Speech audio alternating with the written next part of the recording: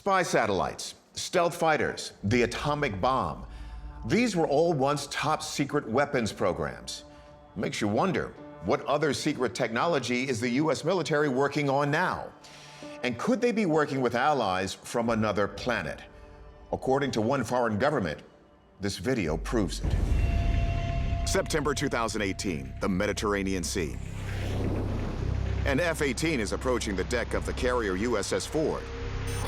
It looks like a pinpoint precise landing. But then, as it goes to touchdown, we actually see a triangular-shaped UFO, like something that would be right out of an alien movie. And you're like, whoa, let's rewind that. The object definitely doesn't look like any known military aircraft. And that triangle shape, that means something. Historically, UFOs have been certain types of shapes. You've got cigar UFOs, saucer UFOs, and triangle UFOs. So the fact that there was a triangle UFO on this aircraft carrier, that really sent the UFO community into a frenzy. The USS Ford video becomes more than clickbait. It becomes international news. The Iranian state media declares it proof that the US is plotting with aliens to take over the world. And even when this official version of the video surfaces, same plane, same ship, but no UFO, people aren't convinced. Some are wondering, is this original video really the original video? Or did they edit out the triangular-shaped UFO to keep us from knowing that they actually are harboring alien spacecraft? The U.S. military's so-called black budget for military research and covert ops is estimated at about $50 billion a year. Is this video proof of your tax dollars at work? Let's check in with our experts.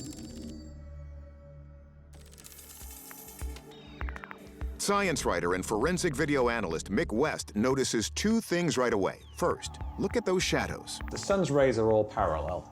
They're all the same angle, like that helicopter angle. But if we go to here, it actually needs to rotate to there. So they've put the shadow at the wrong angle.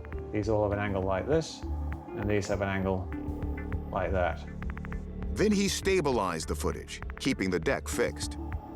We can see the object kind of jiggles around. Everything else is staying nice and solid, but this is doing a little dance on the deck, which is because they haven't properly registered the motion tracking with the deck at a subpixel level.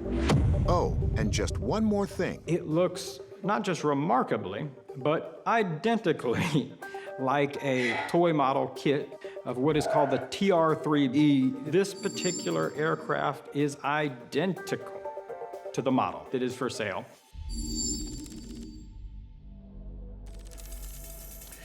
McMillan says videos like this aren't all fun and games. When they get exploited by hostile governments, they sow mistrust and anger towards the US military. That's a common tactic in information warfare. So, our verdict? Hoax. And perhaps not such a harmless hoax. According to scripture, the prophet Ezekiel witnessed fiery wheels in the sky. He considered them divine. Now you're about to see a video that could show another celestial object over Israel that also might not be of this earth. 2011, a resident of Jerusalem is out for a stroll when a bright light over the old city catches his eye. He begins to film, and this is what his camera captures. A bright ball of light hangs over the old city. Strange on its own, but then it drops down to just above the buildings, hovers, and amazingly zooms straight up, literally in the blink of an eye. Watch this last part again. The ball of light seems to be just above roof level. There's a bright flash that stuns the onlookers. Whoa! And it rockets up and out of frame in less than a second. This isn't just happening anywhere. The orb, or whatever it is sighted over one of Earth's holiest places, the Dome of the Rock, also known as the Temple Mount. The Dome of the Rock is one of the most important sites in Christianity, Judaism, and Islam, where Muhammad ascended into heaven. It's also the site where Abraham was about to sacrifice his son Isaac to God. It is also where Solomon was said to have built the first temple, and centuries after it was destroyed, where Jesus cast out the moneylenders of the Second Temple. Could we be witnessing a modern-day miracle? We have lots of stories where people, when they are having a religious moment, see lights in the sky. Because we're at a holy site, maybe something holy is happening. This idea of a UFO Holy Land connection was revived in 2020 when an Israeli space expert sent eyes looking towards the heavens with a startling claim. Haim Ashad, who was Israel's space security chief, went on record claiming that Earth was being visited by extraterrestrials. You literally had the highest ranking official of Israel's space program coming out publicly stating that there was a galactic federation of alien races.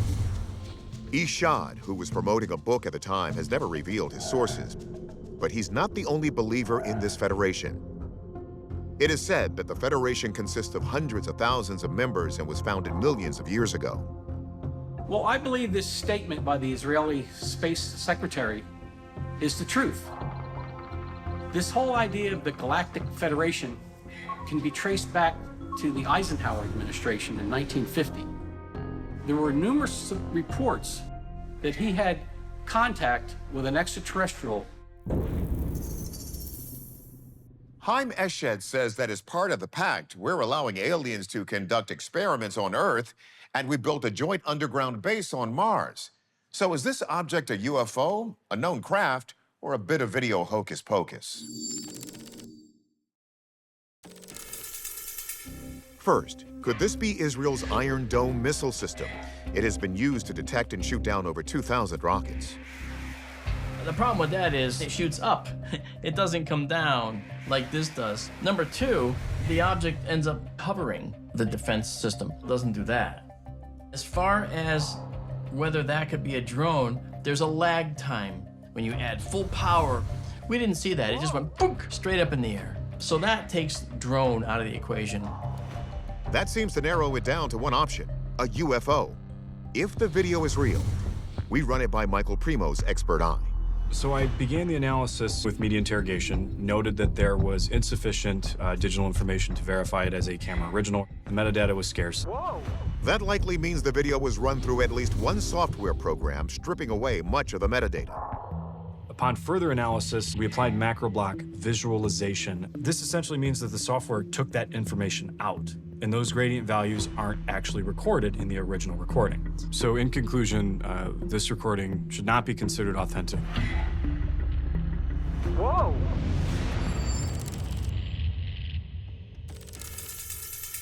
It looks like someone had some fun making this video, so we're gonna call it a hoax. But this in no way disproves the Galactic Federation claim. According to Haim Eshed, the aliens will make themselves known to the wider world once humankind is ready for the truth. Next, we want to show you a video that blew up social media, a series of UFOs over Miami. But we want to know, is it real? Miami, Florida, in June of 2020. A man on the balcony of a downtown high-rise appears to capture something in the sky, and it's jaw-dropping. Wow, no bull. Here's a sky over here, downtown, my house, my hand. What the is that? Holy. Let's push in on that. At first glance, I'm gonna say it looks like a triangular craft rimmed by 5 lights. But a closer look reveals there's a 6th light, and one light is much brighter. And then... Oh, what is that? What the... The lights fan out like they are 6 different craft. As the witness continues his play-by-play, they zoom off into space at warp speed. Oh, wait, bye. Author and journalist Alexis Brooks has written and spoken extensively about UFOs. So the question becomes, could this be a UFO? There are a lot of people having a lot of sightings, particularly in more recent years. In fact, it's been known that a sighting is reported every 8 seconds globally. The lights remind some of another weird phenomenon. For decades, orbs called the Hesdalen lights have been seen over Norway, sometimes hovering, sometimes shooting off at speeds estimated at 20,000 miles per hour. Always silent, the Hesdalen lights have been known to sterilize soil near where they are sighted. Explanations include UFOs or an anomaly caused by gases released from the Earth. Yet the Miami footage is more orderly. really like UFOs flying in formation. It quickly goes viral. What is that? Oh, wait. Bye. Whoa, it's incredible. Wow. So what accounts for the strange lights? We have two video experts ready to weigh in. Forensic video analyst Michael Primo examines video evidence for court cases. And he doesn't just focus on what we're seeing, but also on what we're hearing. When we investigate these types of recordings, we detect that there is a human reaction time where the brain needs to essentially catch up. And in this particular case, we don't see any kind of reaction time to a unnatural phenomenon such as this. Downtown, my house, my hand. It's almost as if the operator knows exactly what's going to happen when it happens. He's reacting almost perfectly. There is no reaction time. Oh, wait. Bye. Then he instantly says, okay, bye, and then he pans away from it. It's very strange. I would expect that an operator doesn't simply move away after they see something like that. They stay focused on it. Mark D'Antonio, another video analyst with a degree in astronomy, pointed out something else.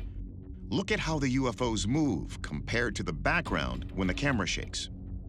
As we step through this frame by frame, the clouds move, and the object doesn't move with the clouds. The object, frame by frame, is changing position while the clouds are more gently moving in one direction. This is evidence of bad tracking, it's called, and it's a process by which we put fake things into real footage to make it look real. And the biggest red flag of all, how could a cluster of UFOs appear over downtown Miami and only one guy notice? Where are the other witnesses? We had one. Whoa.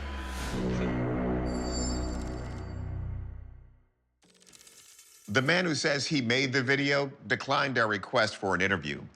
Turns out you can overlay orbs on video with a simple smartphone app.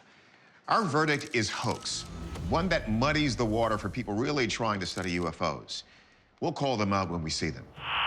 In an earlier episode, we brought you this video, a UFO over North Carolina that appeared to subdivide not once, but twice. Our experts couldn't agree what that was, and now we've got another challenge for them, a similar phenomenon in a different place. Warminster, England, about 100 miles west of London. The passenger in a parked car notices something that appears to be a couple of helicopters or drones. But then, look at this. They seem to split into 5 or 6 smaller objects and then perform a series of coordinated maneuvers. And it isn't the only video like this coming out of England. Almost 300 miles away in Sunderland, a beachgoer catches this on camera. Here, 2 bright orbs loop across the sky and seem to divide. It looks kind of like fireworks at first, but then watch. The split orbs proceed to conduct similar coordinated maneuvers just like the Warminster video. They remind journalist and author Alexis Brooks of other first-hand accounts. In the field of ufology, there is something, in fact, called UFO mitosis. Objects that are seen first as one and then replicating themselves and following a similar trajectory. This could be what we're seeing. And taking it one step further, Brooks wonders if the UFO's splitting is part of an actual biological process. I've spoken to quite a few individuals who have been taken on board craft that believe the craft is actually alive. Not just the occupants of the craft, but the craft itself. The assumption is that the craft may in fact be sentient as well. During World War II, Winston Churchill suppressed reports of a UFO sighting in order to avoid widespread panic. Could these splitting UFOs be similar to what he feared? We turn to our experts for answers. Military analyst Tim McMillan looks at the Sunderland footage and eliminates some possible explanations. It's not consistent with any fireworks that I'm familiar with, mainly because it's doing barrel rolls, it's leaving a lot of showering sparks. McMillan also thinks that no secret weapon would be tested or operated over a public beach, out in the open like this. It's doing a pretty impressive show that would lead me to believe that we're not looking at classified military technology. He also thinks he can rule out UFOs, if only because of those odd sparks. I'm unfamiliar with anybody who has seen any UFOs showering sparks and doing barrel rolls. In recent years, China has used elaborate drone swarms to create synchronized displays. Could this be something similar? Potentially a drone-type system that is specifically designed to provide a fireworks display that's able to shower sparks and do barrel rolls and travel all throughout the sky like this. So it's possible. But instead of focusing just on the objects, astronomer and video effects designer Mark D'Antonio looks at these people on the beach. I see what appears to be people looking at this. This person looks like he's looking some other direction. That would be a pretty eye-catching thing. Here's people that are bent over, doing other things, and that this is happening without anyone really paying attention to it. That is sort of a bit of a red flag for me. And if this video is sort of a red flag for D'Antonio, the Warminster video raises that flag and gives it a good wave. Now, coming out from behind the hill, look, they're suddenly there. So watch. Boom. They started out here. The transition out of the hill is missing. It was removed from the video, probably because the person who was creating this put in his little dots and took those frames out because he couldn't get a convincing exit from the hill. I think I have to label this one a hoax. One more thing about the Warminster video. Just about every time the orbs get close to the hill, everything goes blurry. You see this? Like there's something to hide. There is no point in splitting hairs over self-splitting UFOs. We're concluding that both videos are in fact CGI creations. Gotcha. Brain surgery is famously complicated, right? Something only modern science could pull off. But as you're about to see, it looks like some ancient societies may have something to teach us about how to operate in here. It's February 2022 in Oklahoma City, Oklahoma. The Museum of Osteology, also known as the Bones Museum, makes a post about one of its newest artifacts, and the photo of it has the comment section going wild. The image shows an elongated skull with a strange metal implant embedded inside it. The skull found in Peru appears to be human, but the odd stretched out shape of the bulbous cranial bones could suggest otherwise. The implant itself is coarse and bumpy, and is clearly not an organic part of the skeleton. It appears to be composed of two parts, an eye-like shape on top and a circle at the bottom. Forensic anthropologist Dr. John Verano, who studies prehistoric skulls like this for a living, was stumped when he first saw this image. I've never seen anything like this. I looked at it and I said, well, doesn't look genuine to me. Though this implant is rare, perhaps unique, author Heidi Hollis says there's a long history of elongated skulls in Peru. For us to be able to find elongated skulls, that's not the rare element here. Finding an elongated skull with a metal plate in it, now that takes the cake. Peruvian archaeologist Julio Teo discovered hundreds of elongated cone-shaped skulls buried in the Paracas region in the late 1920s. And Hollis notes that their surprising appearance makes some wonder if they could have extraterrestrial origins. In pop culture, we often do see aliens as being portrayed as having an elongated skull. From the popular Aliens movies to the gray aliens witnessed by people said to be abducted by alien beings. Recent genetic testing of the Peruvian skulls apparently found they had mitochondrial DNA with mutations unknown to any human or animal on Earth. And the metal in the skull adds another bizarre dimension. It's highly unusual to see such perfection done on something so ancient. How and who did this? We often associate metallic objects with electronics, so maybe this skull implant is some sort of microchip, or in this case, macrochip, for aliens to communicate with their home planet. We know people microchip their pets to help locate them when they go missing. In the case of dogs and cats, a device the size of a grain of rice is implanted just under the skin, over the shoulder blades. Could this cranial implant actually track aliens? Does it reveal other ancient secrets? Or is this just one big hoax taking us all for a wild ride? Let's ask the experts. We turn first to anthropologist Kathy Strain to disentangle fact from fiction. There have been a lot of known hoaxes in archaeology, in particular with Peruvian skulls, crystal skulls that were found all over the world that were said to have been made by alien technology. Those were fakes. We know that they were cut by a jeweler's equipment, and so it's always possible that something can be hoaxed. But Strain says there's reason to believe the skull is authentic. We can see every element of what a human skull looks like. That is not easy to hoax, because bone is bone. We can also date this using radiocarbon, and so that would tell us for certain that it is 2,000 years old. So since the skull seems to be real, could it actually belong to an ancient alien who visited Earth from another planet? Archaeologist Dr. Ed Barnhart says that though we associate elongated skulls with aliens, there's historical evidence that they are in fact human. This shows what we call cranial deformation. And that means that probably when this individual was very young, boards were strapped to the skull so that it would elongate and change the shape of the skull. It was very prevalent in South America, where this skull is believed to have come from. Barnhart says it was generally people of elite status from Andean cultures like the Baracas who underwent this practice. Yet we know some people who claim they've been abducted by aliens who say they had metal devices implanted into their bodies. So maybe these are actually alien implants into human abductees who've undergone skull elongation. Or is it possible these South Americans were able to also carry out other complex skull modifications like this?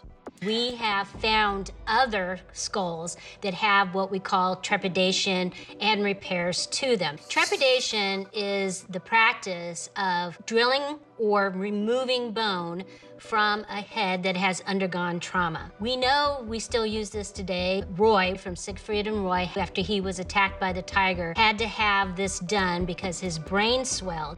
Strain says a recent amazing discovery in Peru in late 2021 may solve the riddle.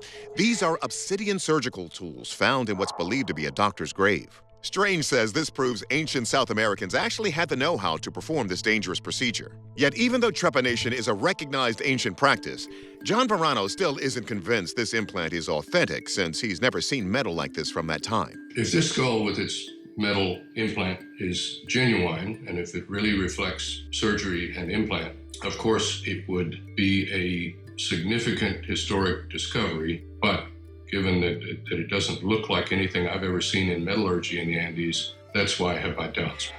So while John leans toward this being a hoax, there's plenty of other evidence to suggest this is the 2,000-year-old skull of a human who survived a life-threatening surgery. Our verdict? This skull is most likely an example of ancient trepanation. But until the skull is radiocarbon dated to confirm its age, concluding with absolute certainty that this artifact is authentic would be getting ahead of ourselves. Take a hike in the remote mountainous area outside Hemet, California, and you might come across a stone surrounded by barbed wire. Come closer, and you'll find this. A large rounded boulder with a strange carving on its face. It's 24 inches squared and looks like an ancient drawing of a maze. It consists of two rectangular boxes, one inside of the other. In the space between the two is a series of parallel lines forming this geometric pattern. A rancher first discovered this stone in 1914 while surveying his property. It's since been fenced off to protect it. Archaeologists have authenticated the maze as a petroglyph from up to 2,000 years ago based on artifacts found nearby. Yet journalist Eric Grundhauser points out this is one maze there's no way to solve. There's no entry point that actually goes to an end point.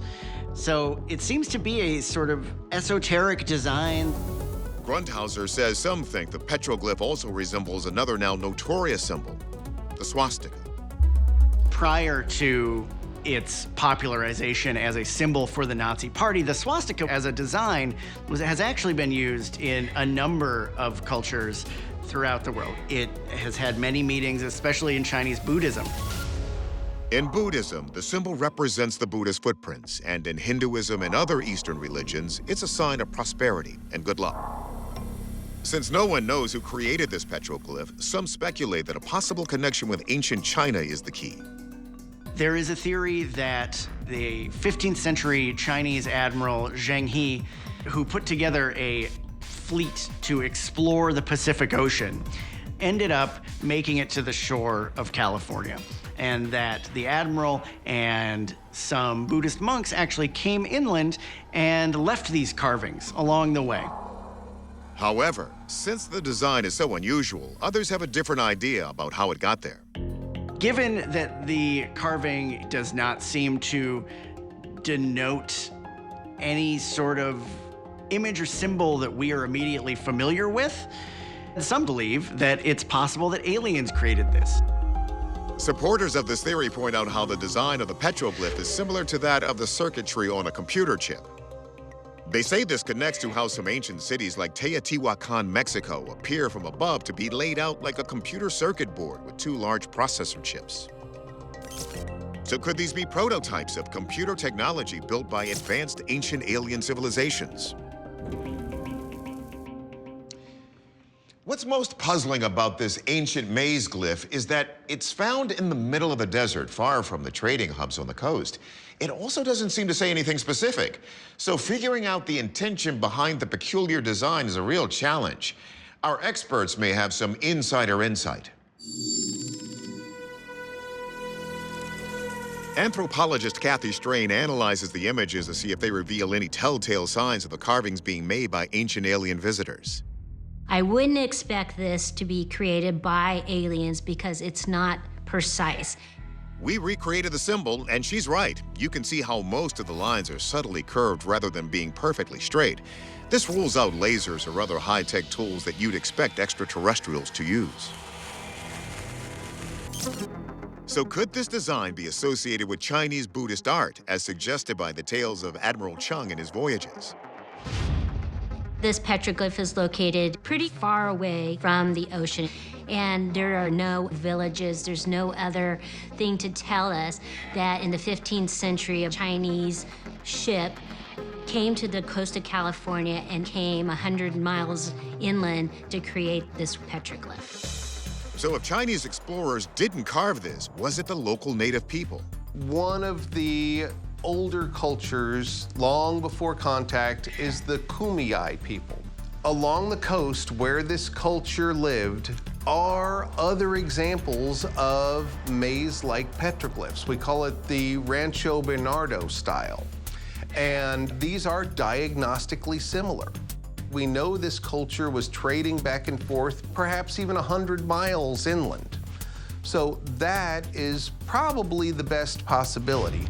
Based on the other ones that we know that are in about 120-mile radius, I believe that they are boundary markers that denote whoever's territory that was.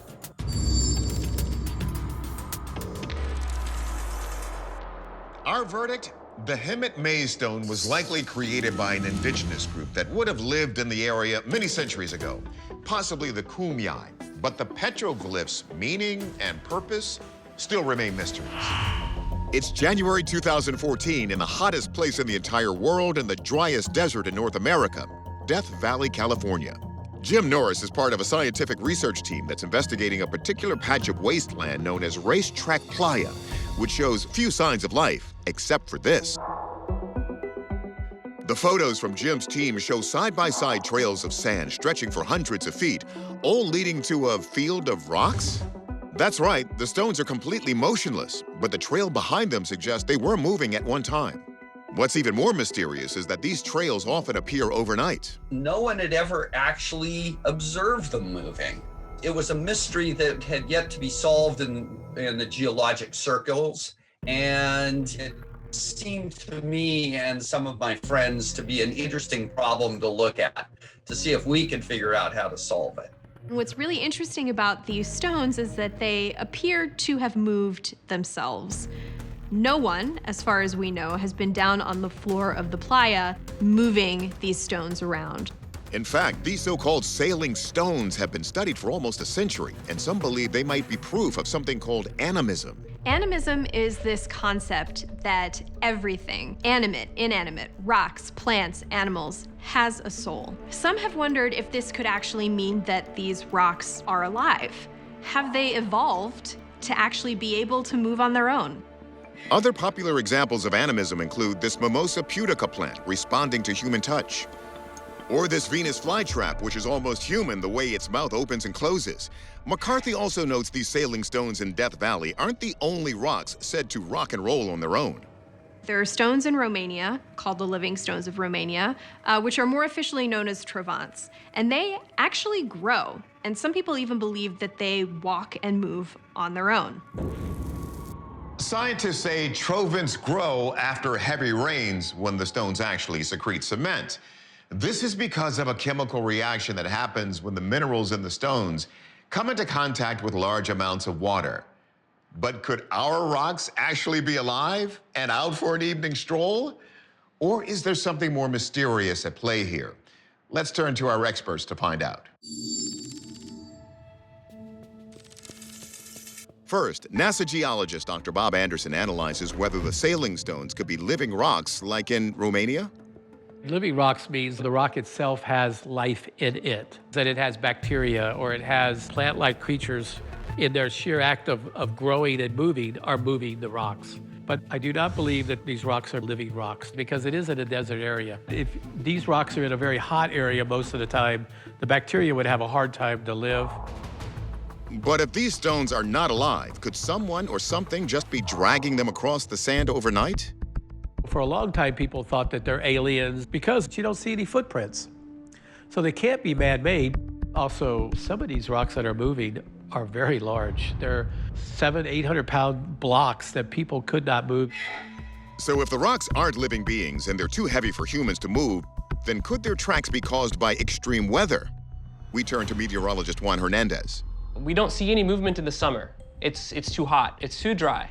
The movement that we see with these stones actually occurs mainly in the late winter and into the early spring. Hernandez thinks that observation provides a key clue. He suspects that under certain conditions, the racetrack playa could turn into a slippery, shallow pond with moving sheets of ice.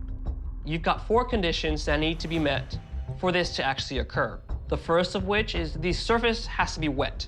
So it had to have rained. The second condition, it has to be cold enough to freeze. The third condition, there has to be partial melting. It has to warm up to maybe the upper 30s, lower 40s. That's when the movement starts to happen. And then it has to be windy to push the rocks across that semi-frozen surface. But can a breeze really move a 700-pound rock? Hernandez explains that the uniqueness of this location may have something to do with it.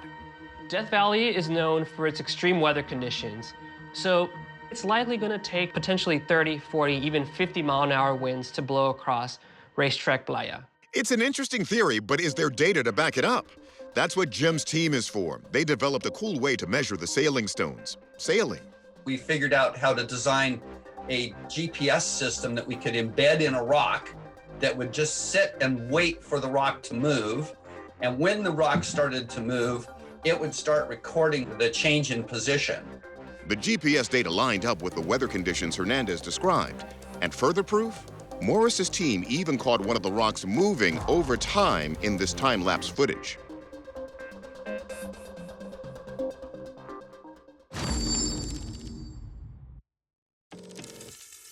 Our verdict, the sailing stones aren't moved by ghosts, aliens, or animist spirits. This is a rare natural phenomenon caused by extreme weather conditions. Death Valley is home to a menagerie of wildlife. Slithering rocks are not among them. But that doesn't mean there's not something hiding under a rock still waiting to be discovered. It's 1980 by the Paluxy River near Glen Rose, Texas. Amateur paleontologist Glenn Cuban is on a mission to document a site that became famous since it was first discovered in 1908. This is why. Take a closer look. These are 2 trails of fossilized footprints that cross each other in the riverbank.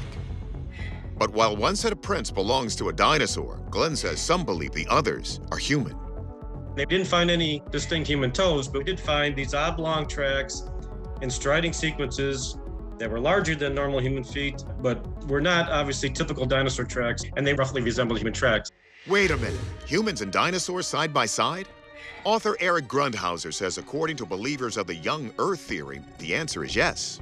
They believe in a biblical foundation that the Earth was only created between 4,000 and 10,000 years ago. Now, many people who have observed this site have taken this as evidence that humans and dinosaurs actually lived at the same time.